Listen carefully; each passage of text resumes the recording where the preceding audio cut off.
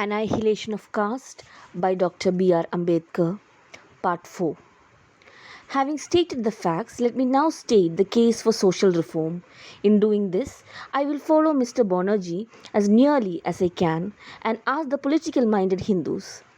Are you fit for political power even though you do not allow a large class of your own countrymen, like the untouchables, to use public schools? Are you fit for political power even though you do not allow them the use of public wells? Are you fit for political power even though you do not allow them the use of public streets? Are you fit for political power even though you do not allow them to wear what apparel or ornaments they like? Are you fit for political power even though you do not allow them to eat any food they like? I can ask a string of such questions, but these will suffice. I wonder what would have been the reply of Mr. Banerjee. I am sure no sensible man will have the courage to give an affirmative answer. Every congressman who repeats the dogma of Mill that one country is not fit to rule another country must admit that one class is not fit to rule another class. How is it then that the Social Reform Party lost the battle? To understand this correctly, it is necessary to take note of the kind of social reform which the reformers were agitating for. In this connection, it is necessary to make a distinction between social reform in the sense of the reform of the Hindu family and social reform in the sense of the reorganization and reconstruction of Hindu society. The former has a relation to widow remarriage, child marriage, etc., while the latter relates to the abolition of the caste system. The Social Conference was a body which mainly concerned itself with the reform of the high caste Hindu family. It consisted mostly of enlightened high caste Hindus who did not feel the necessity for agitating for the abolition of caste or had not the courage to agitate for it. They felt quite naturally a greater urge to remove such evils as enforced widowhood, child marriages, etc., evils which prevail among them and which were personally felt by them. They did not stand up for the reform of Hindu society.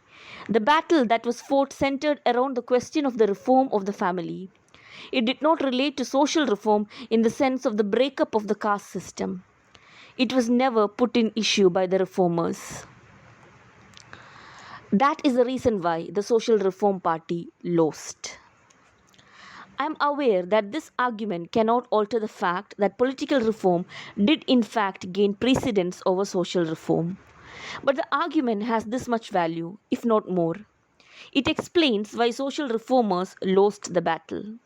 It also helps us to understand how limited was the victory which the Political Reform Party obtained over the Social Reform Party, and to understand that the view that social reform need not precede political reform is a view which may stand only when by social reform is meant the reform of the family. That political reform cannot with impunity take precedence over social reform in the sense of the reconstruction of society is a thesis which I am sure cannot be controverted.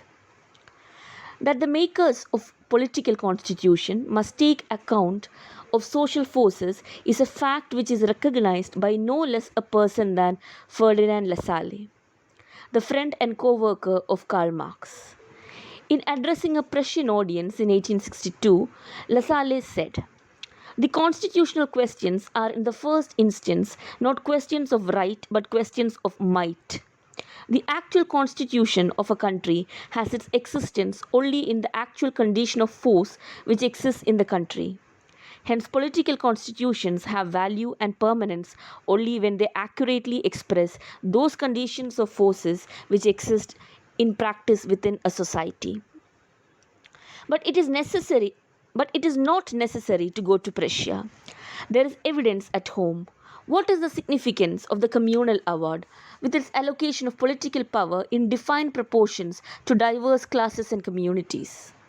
In my view, its significance lies in this: that political constitution must take note of social organization. It shows that the politicians who denied that the social problem in India had any bearing on the political problem were forced to reckon with the social problem in devising the constitution. The communal award is, so to say, the nemesis following upon the indifference to and neglect of social reform. It is a victory for the social party, which shows that, though defeated, they were in the right in insisting upon the importance of social reform. Many, I know, will not accept this finding. The view is current, and it is pleasant to believe in it. That the communal award is unnatural, and that it is the result of an unholy alliance between the minority and the bureaucracy. I do not wish to rely on the communal award as a piece of evidence to support my contention, if it is said that it is not good evidence.